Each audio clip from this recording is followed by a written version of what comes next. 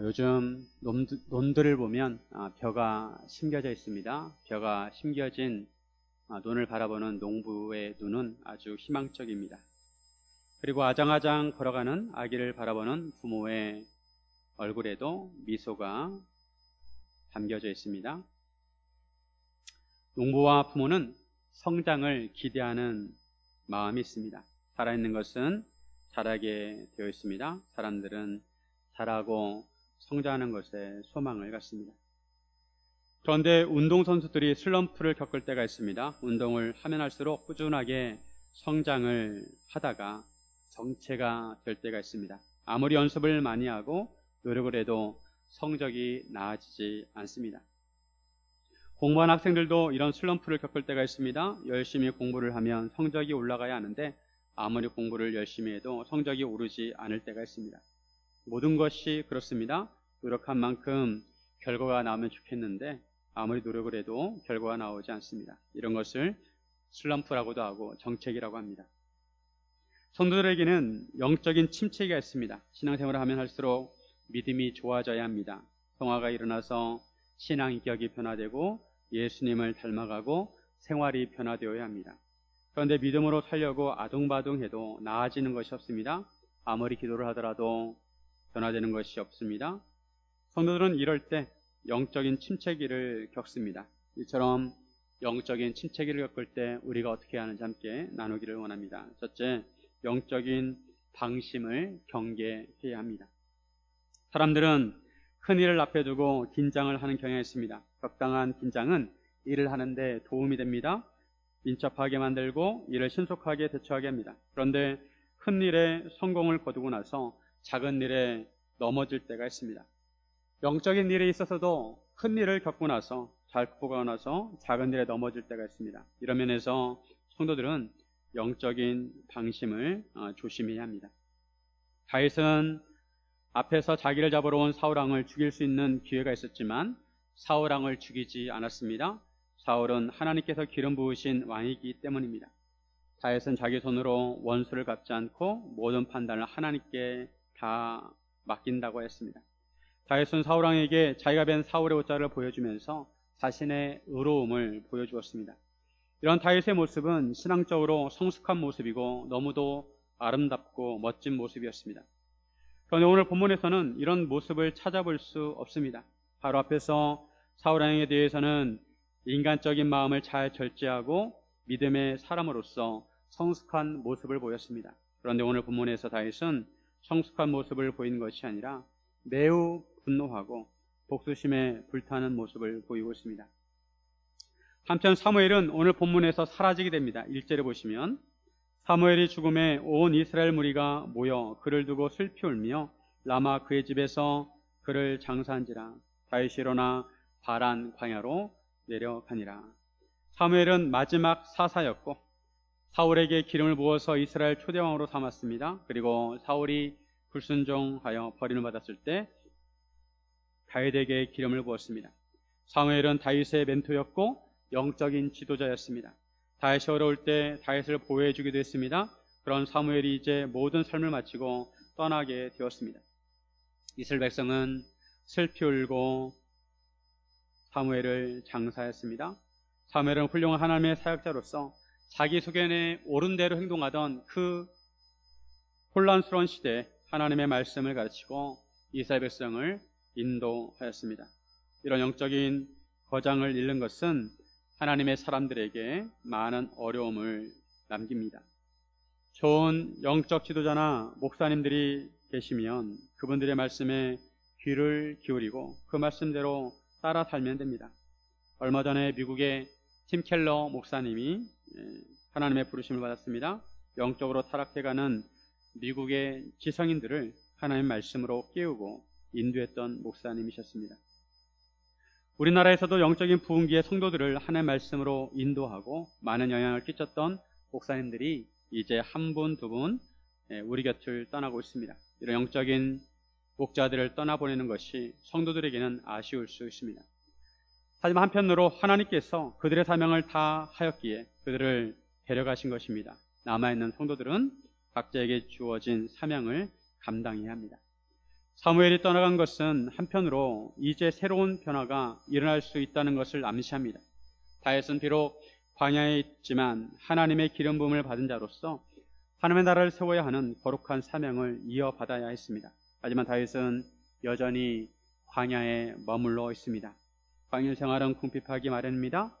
광야 생활이 지속되다 보면 항상 긴장을 해야 하기에 몸과 마음이 지치기 마련입니다. 다윗도 광야 생활을 얼마나 했는지 알 수 없지만 많이 지쳐 있었습니다. 사무엘이 죽고 다윗은 바란 광야로 내려갔습니다. 다윗이 사무엘의 장례식에 참여했는지는 나와 있지 않습니다. 아마도 참여를 했을 것입니다. 바란 광야는 이스라엘 백성이 출애굽에서 광야 생활을 했던 그 시내반도 북동쪽에 위치했습니다. 12명의 정탐꾼을 파송했던 가데스 바네가 위치한 곳입니다. 비교적 시내산이 가까운 곳입니다. 다윗은 하나님의 말씀을 받은 시내산에 있는 광야에서 다시 시작해야 했습니다. 한편 마온이란 곳에 한 사람이 살고 있었는데 그는 부자였습니다. 그는 생업이 갈멜에 있었는데 양이 3,000마리, 염소가 1,000마리였습니다. 그 사람의 이름은 나발이었습니다. 나발은 갈멜에서 양털을 깎고 있었습니다. 양을 키우는 사람은 봄과 가을에 1년에 2번 양털을 깎습니다. 양털을 깎는 날은 추수하는 날입니다. 그래서 음식도 풍족하게 해서 일꾼들을 대접하고 이웃들과 함께 나눠 먹습니다. 우리나라도 타작하는 날이나 김장한 날은 동네 사람들과 함께 거들기도 하고 함께 음식을 나누기도 합니다. 양털 깎는 날은 잔치하는 날이고 좋은 날이었습니다. 광야에 있던 다윗이 이 소식을 들었습니다. 다윗은 광야에서 600명과 함께 생활을 하고 있었습니다. 그들을 먹여 살려야 했습니다. 다윗은 10명의 소년을 나발에게 보내서 먹을 것을 좀 얻어오도록 했습니다.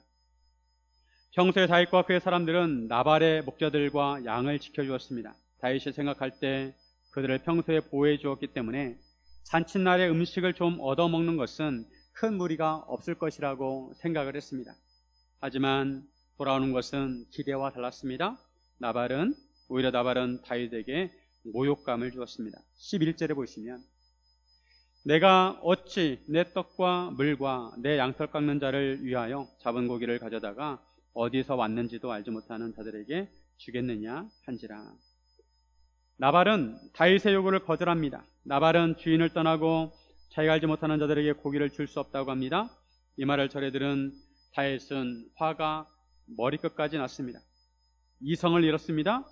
그리고 바로 나발을 죽이러 가겠다고 하였습니다. 앞에서 다윗은 사울왕을 죽일 수 있는 기회가 있었지만 사울왕을 죽이지 않았습니다. 다윗은 자기 손과 마음을 절제했습니다. 그랬던 다윗이 나발에 대해서는 참지 않았습니다. 나발을 당장이라도 요절내려고 하였습니다. 그토록 참을성이 많았던 다윗이 무너져 내렸습니다. 다윗은 왜 이렇게 나발에 대해서 절제하지 못했을까요? 다윗은 영적으로 방심하였기 때문입니다. 사울에 대한 큰 산을 넘었지만 나발이라고 하는 작은 산을 넘지 못했습니다. 화를 내려면 사울에게 더 화를 내야 하고 복수를 하려면 사울에게 복수를 해야 합니다. 하지만 다윗은 사울보다 나발에게 화를 냈습니다. 사울보다 나발에게 복수를 하려고 했습니다. 다윗의 영적인 방심이 이런 반응을 일으키게 하였습니다. 우리도 신앙생활을 하다 보면 다윗처럼 큰 일을 잘 극복하고 나서 작은 일에 무너질 때가 있습니다. 영적으로 큰 일에 있어서는 승리하고 작은 일에 패배할 때가 있습니다. 코로나로 온 세계에 있는 사람들이 3년 동안 어렵지만 고생을 많이 하면서도 그 어려운 시기를 잘 이겨냈습니다. 그런데 정작 코로나가 이제 잘 끝나가고 있는 시기에 많은 사람들과 회사들이 무너져 내리고 있습니다.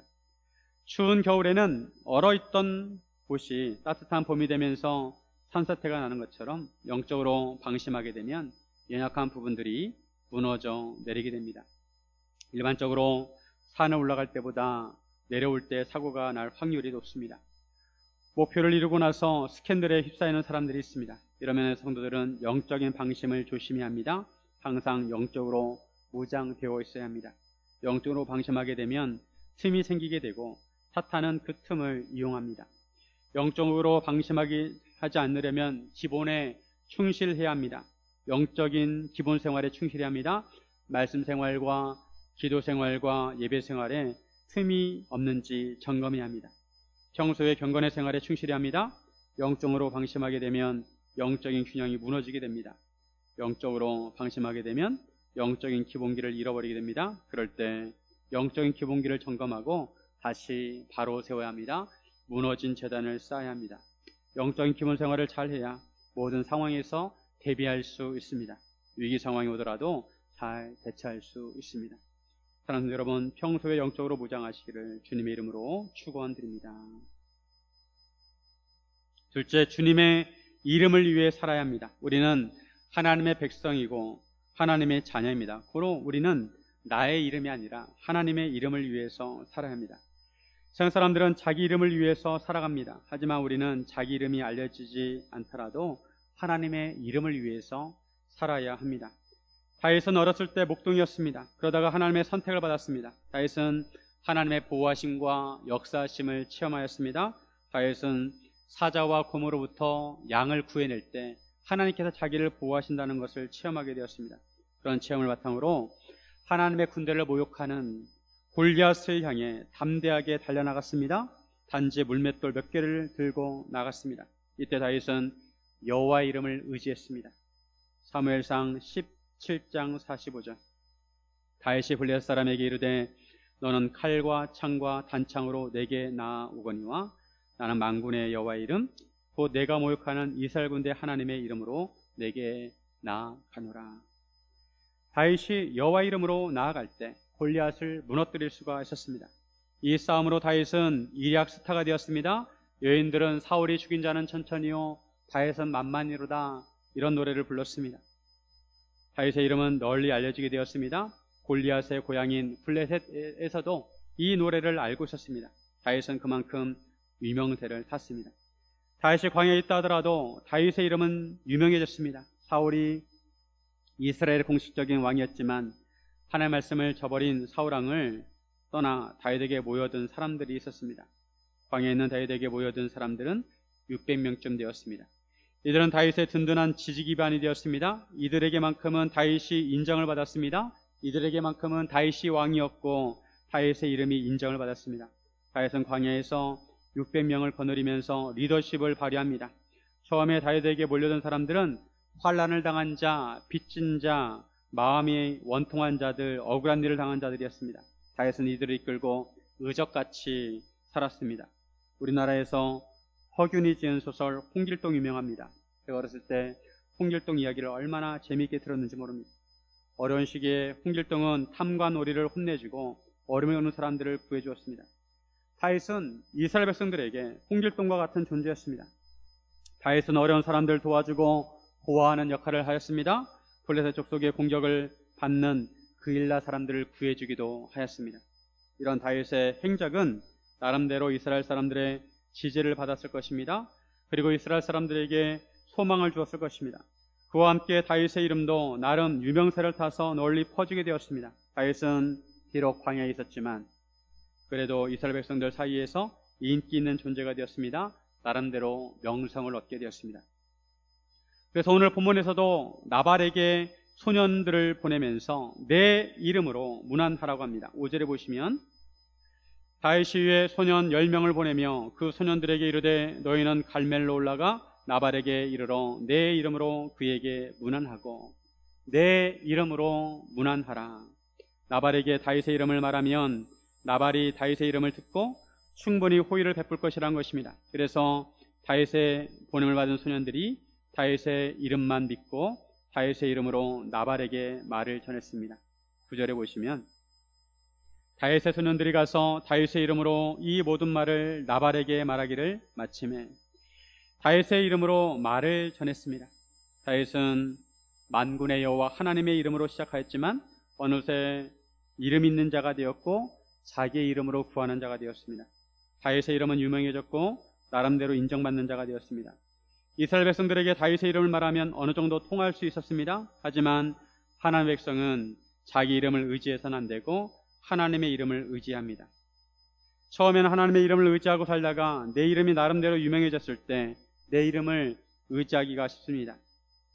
내 이름이면 돼. 내 이름을 말하면 돼. 라고 생각을 합니다. 모태신앙이 아닌 사람들은 사회생활을 하다가 망했을 때 주로 하나님을 찾아옵니다.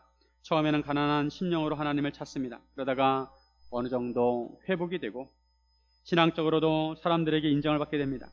사회적으로나 신앙적으로 나름대로 괜찮은 사람이 되었습니다. 그 정도 되면 자신도 모르게 자신의 이름을 의지하게 됩니다. 그때가 위험합니다. 하나님 앞에 납작 엎드릴 때는 위험하지 않습니다. 그런데 어느 정도 자기에게 힘이 생기고 사람들에게 인정을 받게 되면 하나님의 이름보다 자기 이름을 의지하게 됩니다. 무게중심이 하나님에서 자기에게로 옮겨집니다. 그때를 조심해야 합니다. 인생을 살다 보면 나이를 먹게 되고 나이를 먹으면 가정에서나 사회에서나 어느 정도 위치에 오르게 됩니다. 하나님께서 기회를 주셔서 사람들의 주목을 받게 합니다.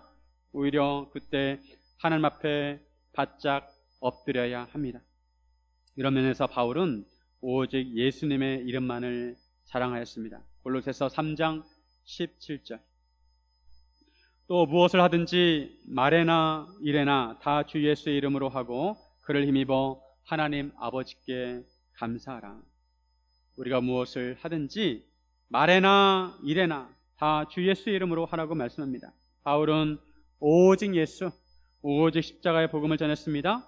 바울은 왜 예수님의 이름만을 위해서 살았을까요? 바울은 자기 뜻대로 살다가 자기 이름을 믿고 살다가 부활하신 예수님 앞에 완전히 무너진 적이 있습니다. 자기 생각이 옳다고 믿고 예수를 믿는 성도들을 잡으러 다니다가 예수님 앞에서 완전히 고꾸라졌습니다. 이후에 바울은 모든 것이 예수님으로부터 오는 것을 알게 되었습니다.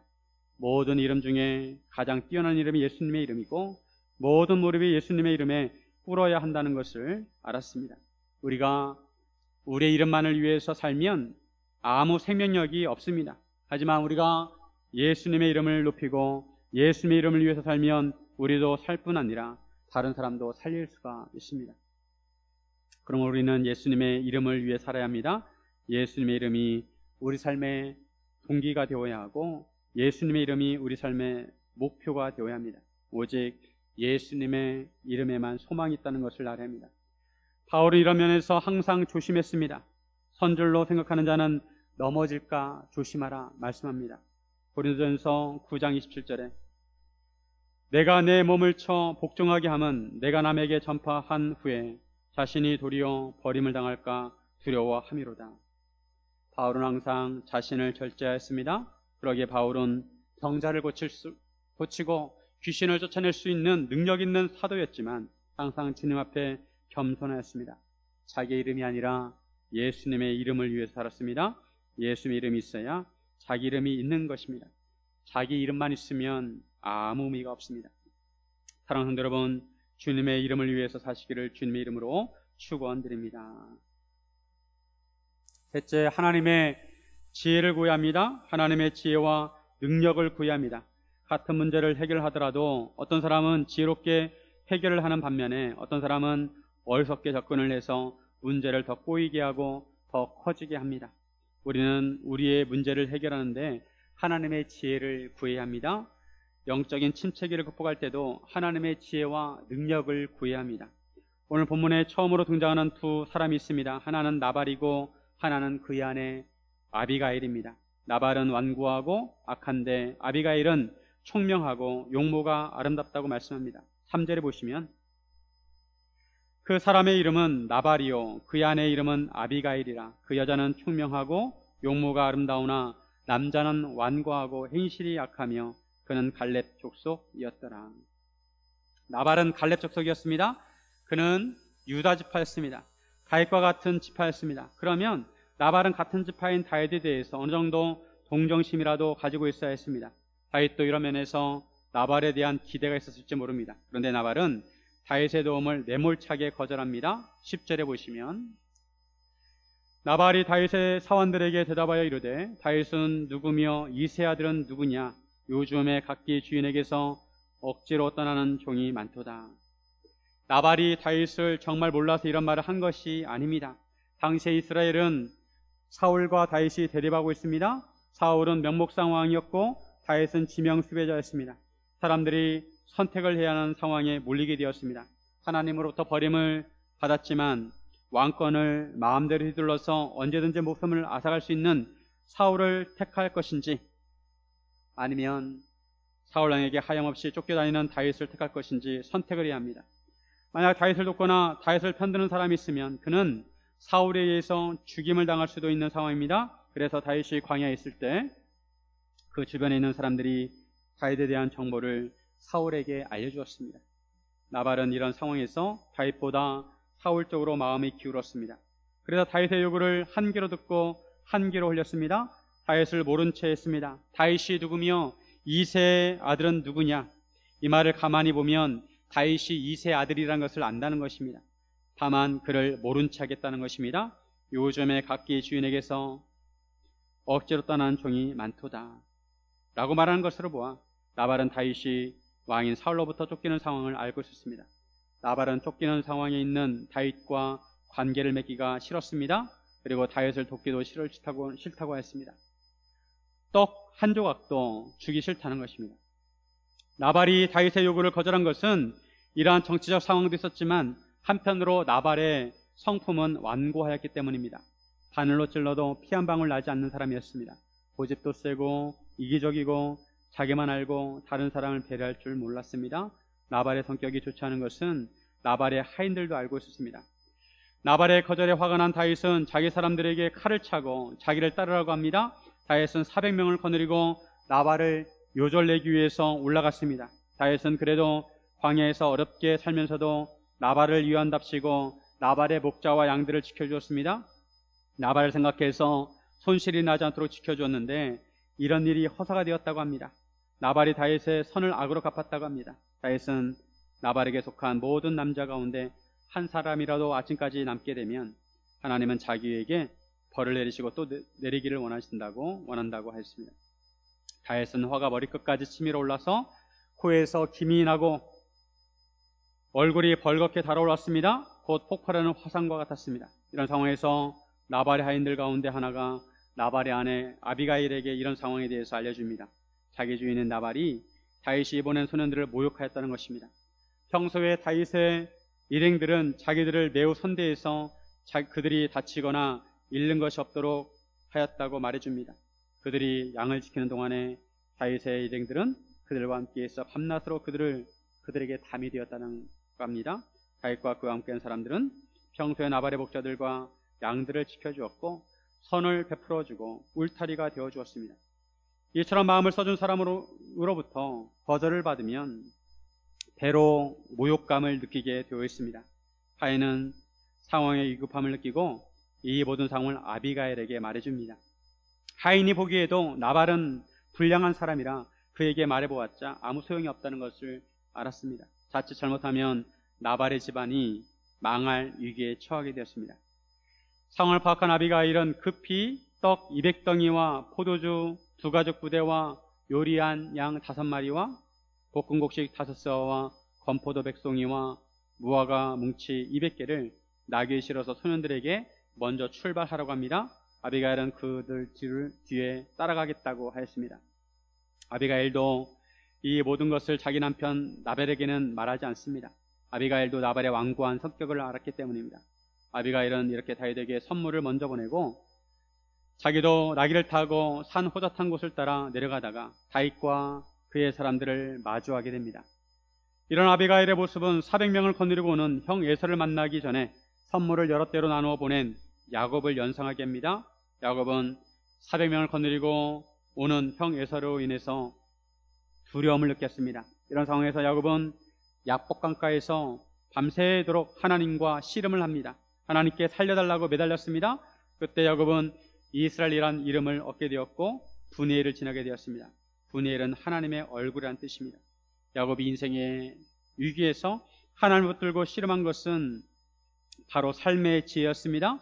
밤새도록 하나님을 붙들고 하나님께 지혜를 구했습니다. 하나님의 얼굴을 구했습니다. 그럴 때 그는 인생의 위기를 극복할 수가 있었습니다.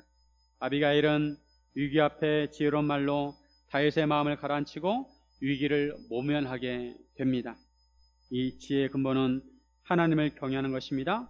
지혜의 시작도 하나님을 경외하는 것이고 지혜의 마지막도 하나님을 경외하는 것입니다.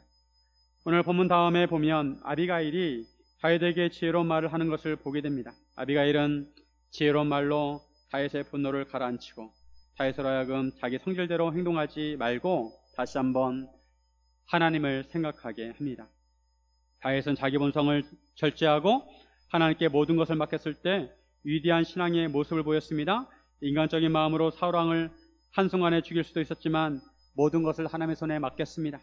이것은 모든 것이 하나님의 손에 달려있다는 것입니다. 모든 그림을 하나님께서 그리실 수 있도록 자신을 하나님께 맡겨드렸습니다.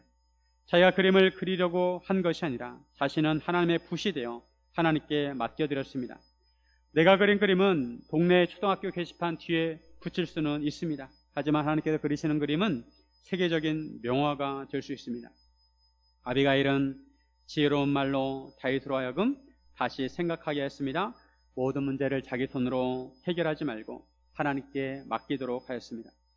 다윗으로 하여금 자기 뜻이 아니라 믿음으로 살도록 했습니다. 우리 인생을 살아갈 때 이런 지혜가 있어야 합니다. 지혜의 근본은 하나님을 경외하는 것입니다. 하나님을 바라보게 하는 것입니다. 세상에 지혜로운 말들이 얼마나 많은지 모릅니다. 어떻게 하면 사업에서 성공할 수 있는지, 어떻게 하면 경제적 자유를 이룰 수 있는지 자기들의 지혜를 강의하는 사람들이 많이 있습니다. 사람들은 그런 사람들을 찾아다니며 비싼 수업료를 내고 듣습니다. 하지만 세상 사람들이 알려주는 지혜는 이 세상에서 유용할 뿐입니다. 그들 영혼에 대해서는 무지합니다. 죽음 이후의 세계에 대해서는 무지합니다. 우리 인생에서 정말 무엇이 중요한지 아는 것이 삶의 지혜입니다.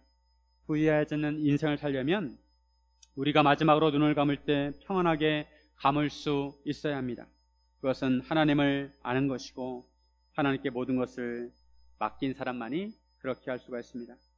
사탄은 에덴 동산에서 하와를 유혹한 것처럼 여전히 하나님의 말씀을 왜곡해서 속삭입니다. 이렇게 하면 내 눈이 밝아질 수 있어. 이렇게 하면 너는 하나님같이 될 수 있어. 다윗은 자기 힘으로 실추된 자기 명예를 회복하고 싶었습니다. 자기를 무시한 나발에게 본때를 보여주고 싶었습니다. 그래서 부하들에게 칼을 차라고 한 것입니다. 칼로 해결을 하려고 했습니다. 하지만 아비가일의 지혜로운 말은 다윗으로 하여금 다시 한번 생각하게 하고 자기가 아니라 하나님을 바라보도록 했습니다. 하나님의 관점에서 생각하도록 하였습니다. 이것이 지혜입니다.